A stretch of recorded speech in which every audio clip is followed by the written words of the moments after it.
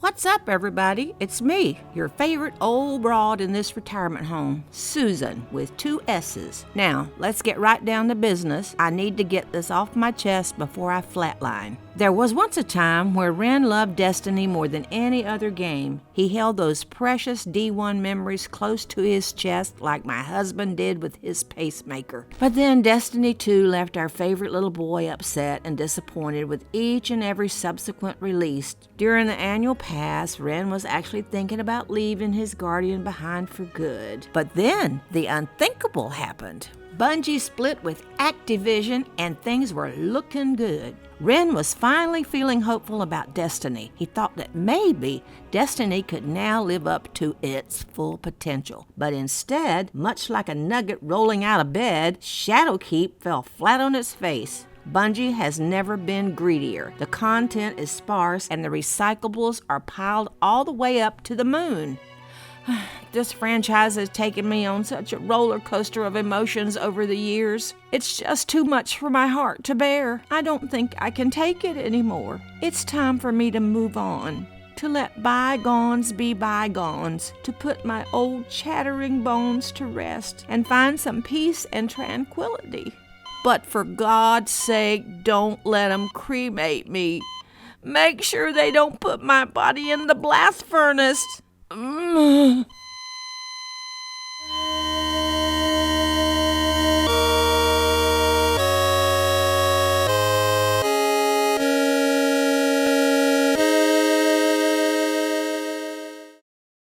Just know that everything you hear in this video comes from somebody who is a hardcore Destiny fan, or at least someone who used to be. I know it might be hard for some of you to listen to me trash talk a game that you love, but it's not personal, my man. I can't help but feel like I've been duped. When they announced Shadowkeep a few months ago, instead of getting some journalistic, inauthentic IGN personality, Bungie got Dado there to interview them, and he's one of us. He's just like you and me. A nerdy little boy with a fat rack. And no question was off the table for them. Bungie made 0 demands with regards to having me ask any forced questions or anything like that. All the questions were questions that I came up with. And they wanted the questions ahead of time so that they could go grab the correct people for those questions and they could prepare some answers. Otherwise, I had free reign to do and ask whatever I wanted. Bungie had never been more transparent, and for the first time in years, I trusted them. What a fool I was. But at least I had some foresight. At this point in time, to me, this DLC comes off as a way to recycle old content. Something that Bungie has always been very good at. Well said, you big loser. You were right on the money. So with Shadowkeep, we got the moon back, which was a destination in the first game, and almost nothing has changed. It's pretty much the same old moon that it's always been. And I know that Bungie told us we were going back to the moon, but the way they talked about it led me to believe that it would be a bit more different. And it easily could have been. Much like the European Dead Zone is very different from the Cosmodrome. We could have just gone to a different side of the moon, and that would have counted as a whole new location. And maybe somewhere in the campaign we could have a mission or a strike where we go through the old Destiny 1 patrol zone as a sweet little homage. But nah, that's too much work. Instead, they just copy and pasted the previous map over, added a new little patrol area, sprinkled in 4 lost sectors, and called it a day. Now, I've never considered lost sectors to be good content. All you do for them is go into a cave and kill the boss that's inside of it. These bosses don't have any unique mechanics or character models, and this is how all 30 to 40 lost sectors play out. Let me tell you, content doesn't get any more bare bones than this. And the 4 new lost sectors on the moon are no different. Except I guess for the one lost sector that requires you to shoot crystals to spawn the boss.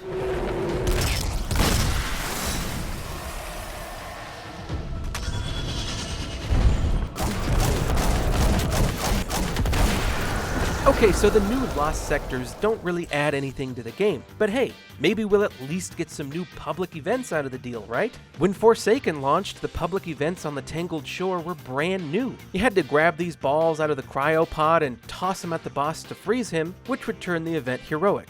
It was nothing special, but it was a nice change of pace from the other public events. Hell, even Curse of Osiris came with its own public event mechanics that were admittedly pretty good for something as unsubstantial as a public event. content. But for Shadowkeep, that's just not the case. The public events here on the moon still had me blowing up the same exact Devil Walker and capturing the same exact warsats that I was capturing 5 years ago. I was sick of it back then, and I'm sick of it now.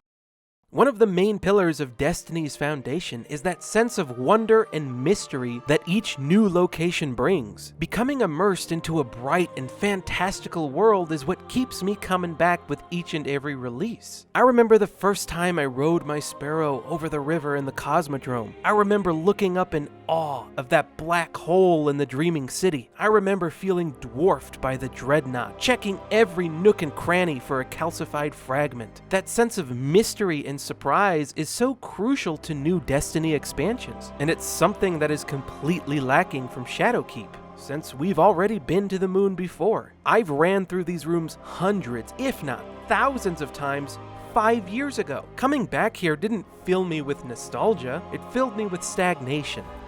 Hey, we're at the grave.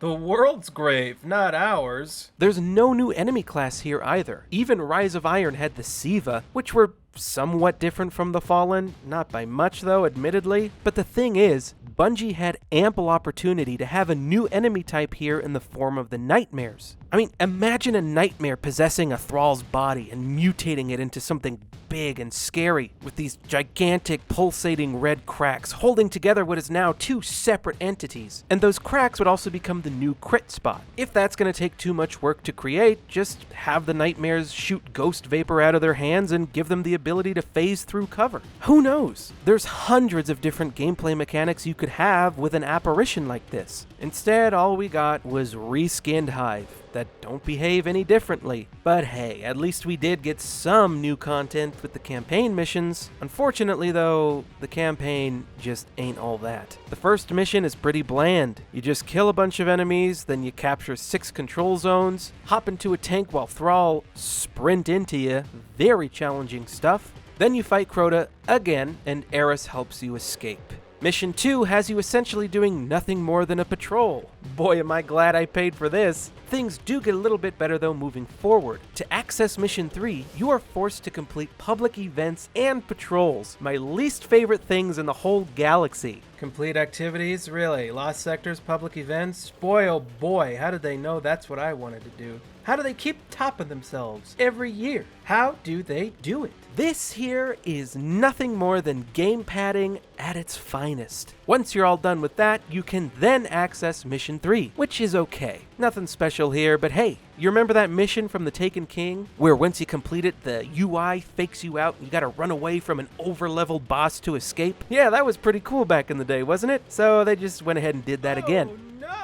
In order to unlock the third and final mission, you now have to complete 3 nightmare hunts. Oh goody, new content. Oh wait, all of these have been recycled from Destiny 1. And this is a new low for Bungie. I was left dumbstruck when I found out that they took the Shadow Thief strike from Destiny 1 and just split it up into 2 separate nightmare hunts, all while charging us money to play through it again. Are you serious?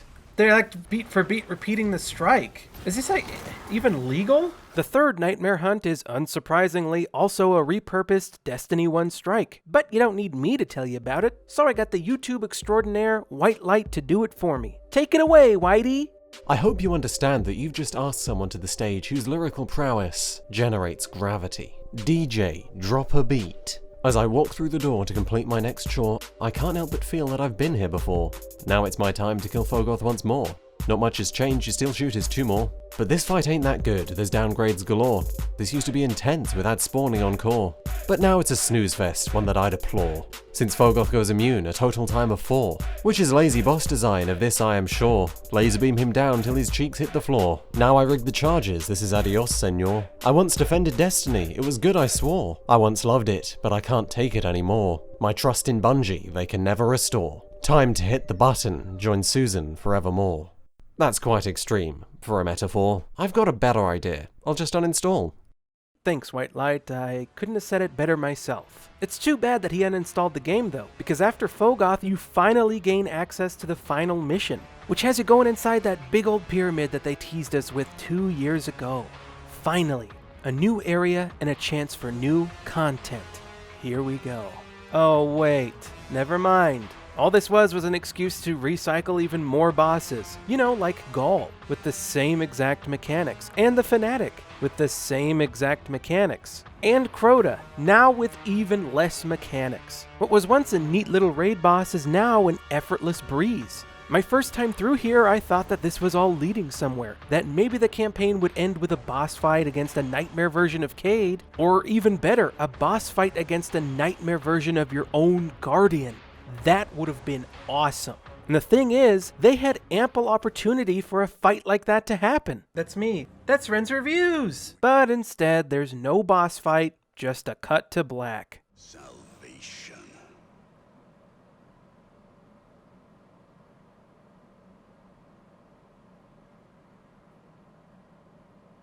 I just don't give a shit. Overall, the campaign was nothing but a chore and a grind, 80% of which was also just recycled content. So at this point, I was none too pleased with my experience. But here's the thing, there is a good way of rehashing old content. Forsaken did it perfectly with the Warden of Nothing strike, which had you whizzing in between choo-choo trains, going about your business, and in the middle of the strike, you stumble into an old Destiny 1 classic, the Prison of Elders. Dismantle mines, yeah? Just like you did in the good old days. Then you kill the boss and grab your treasure. Except that ain't your reward, you've been tricked. You then get sent down a tube to fight the actual strike boss. And I think this is the way to do it. Even though it recycles content, this strike still stands on its own 2 feet. It sprinkled old content in with the new content. It was a nice little surprise. And rather than feeling like a respectful homage, Shadowkeep feels more like a passionless reskin. And speaking of strikes, Shadowkeep came with 2 new ones, which are both just kinda mediocre. But at least they're not recycled.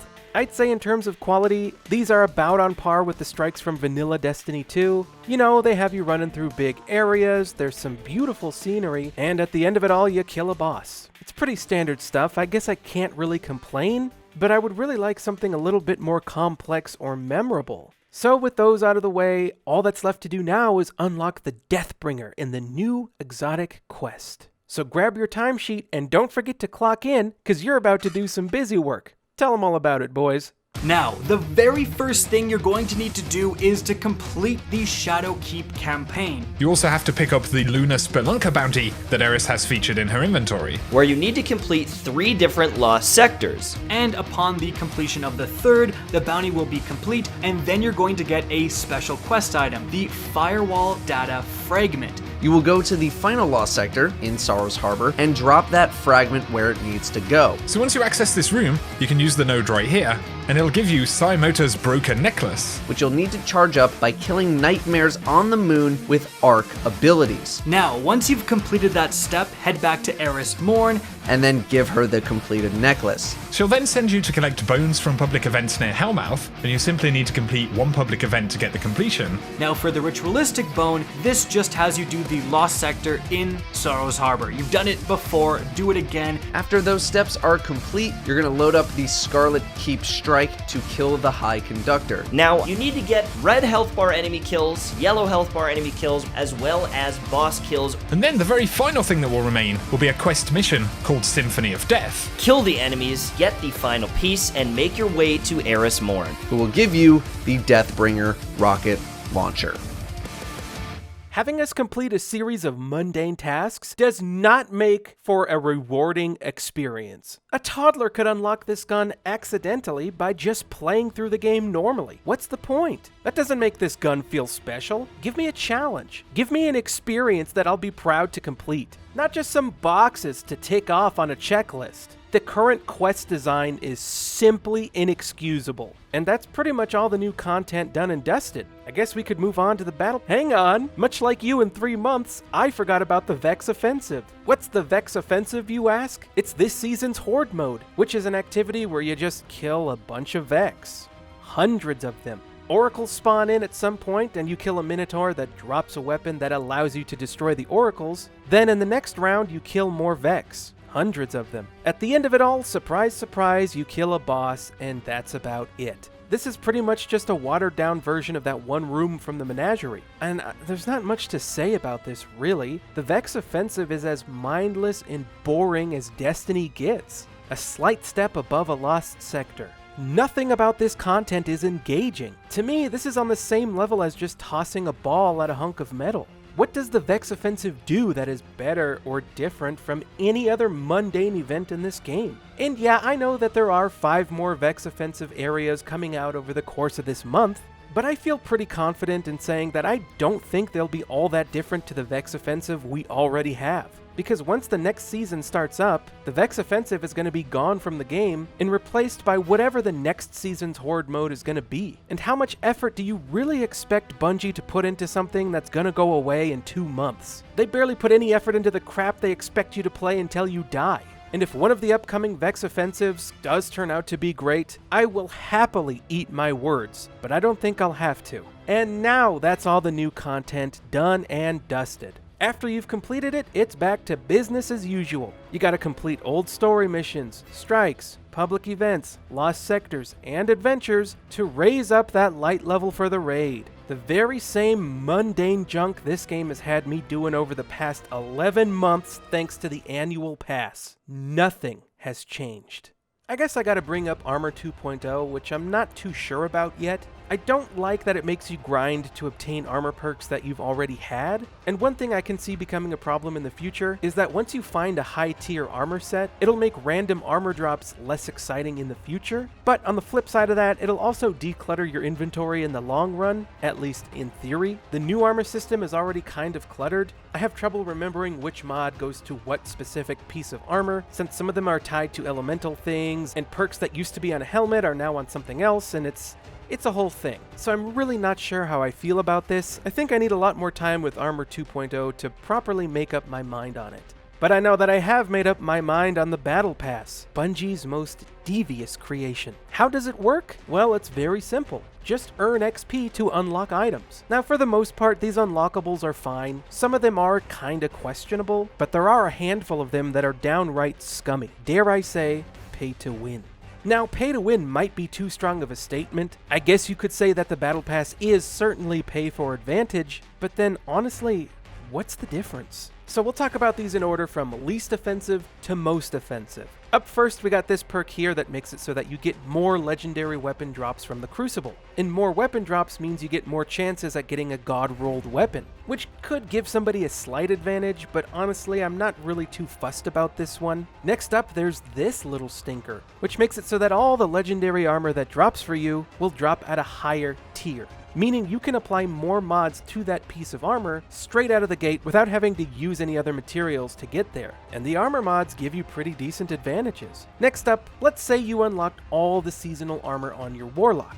You can't pull this armor out again on your Warlock, but if you swap over to your Hunter, you can now pull all that armor out of your tab and into your Hunter's inventory. So you can go from something like 820 to 900 light in the span of 1 minute. This has the potential to give you a decent level advantage in the Iron Banner against some low light sap that didn't buy the annual pass. And just for reference, it took me about 6 hours to reach 900 light on my Warlock the first time through. Now, that's saving an awful lot of time right there. And finally, there's the catalyst for the Ariana's Vow, the new exotic hand cannon that people who bought the Battle Pass unlock pretty much right away, but people who didn't fork out the money need to wait until they hit season rank 35, which requires 3.5 million XP. Once you obtain this hand cannon, the gunsmith will give you a quest to unlock the weapon's catalyst. Now, I don't know what the catalyst does for this gun quite yet, but I do know for a fact that it certainly won't make the gun weaker. For those of you who don't know, weapon catalysts typically either boost some of the gun's stats, or even add an entirely new perk to the weapon altogether.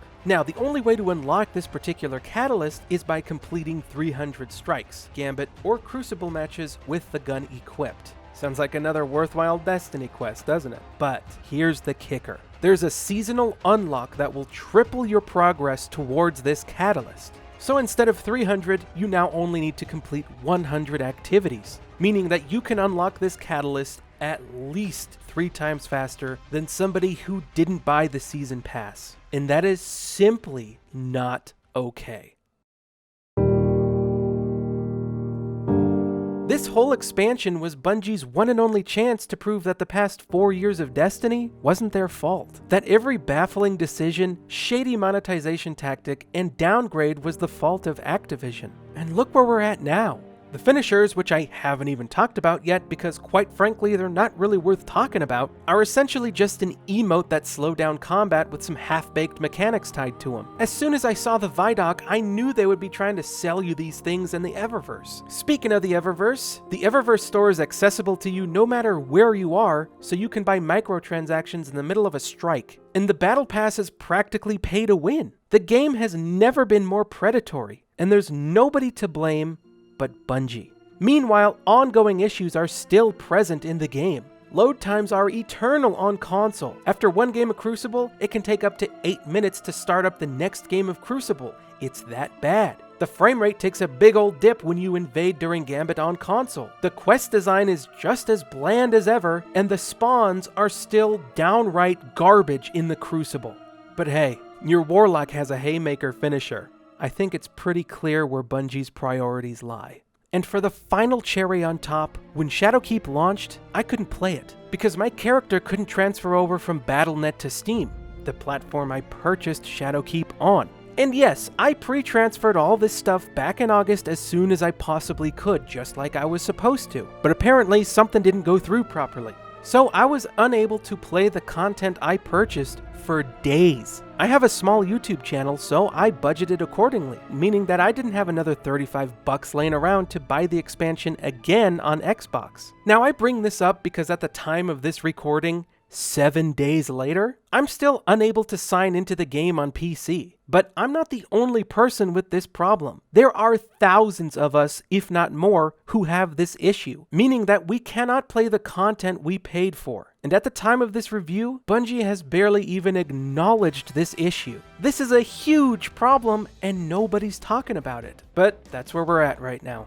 I'll keep you guys posted as to how this development unfolds. Either follow me on Twitter, and I'll also be updating a pinned comment down below for future viewers so that this portion of the video doesn't get entirely out of date. But I've never seen anything like this before. Being locked out of a game that you paid for is a new low for the industry. Well done, Bungie. And yeah, sure, the new raid is great, and I bet the new dungeon is going to be great too. The endgame activities have never been Destiny's issue. This stuff right here is substantial content. If most of the game met this level of quality, we'd be fine. I'll get around to the raid and the dungeon eventually, and I'll probably enjoy them. But no matter how good those activities are, they're not going to change the way I feel about the rest of the expansion. It's not going to change the fact that I wasted all my damn time going through all the game-padded bullshit. I'd like to quit Destiny altogether. I've been giving it a lot of thought, but I'm not sure that I can just yet. Despite its litany of flaws, the shooting still feels incredible. It's some of the best out there. And it's a great game to just boot up and hang out with your friends. I'll tell you this though, I'm no longer a fan of this game. Or this franchise, at least not right now. My expectations for Destiny used to be through the roof, but now they're below ground, right beside Susan. I'm just so sick of jumping through Bungie's hoops, wasting my time with their garbage quest design, putting up with broken supers and exotic helmets in the Crucible for over a year. Update your game more than once every 3 months, for Christ's sake.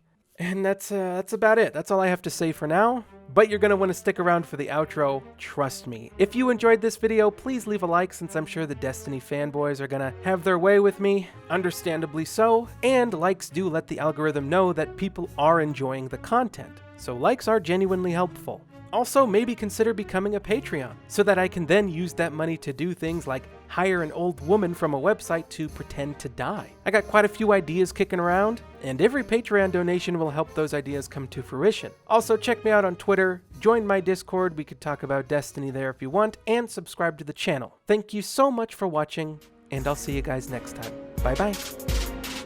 Destiny makes me Depresstiny. Another hour, there goes the rest of me, staying awake. It takes the best of me. I'm doing the same stuff again, endlessly. $60 for the story, now you see. Keep buying this and we'll never be free. It'll happen again, I can guarantee. You have every right to disagree, but never tell me that you can't foresee that we'll be back here again come Destiny 3.